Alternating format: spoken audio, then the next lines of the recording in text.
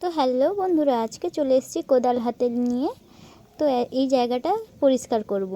তো এখানে দেখেছো অনেক ঘাস হয়েছিল, ওইগুলো পরিষ্কার করে পুকুরের সাইডের যে গাছগুলো ছিল ওইগুলো ভালো করে কেটে পরিষ্কার করে নেব।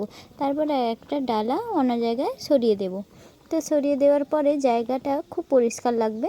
তারপরে ওই জায়গাটায় মাটিটা ভালো করে কুপিয়ে নেব।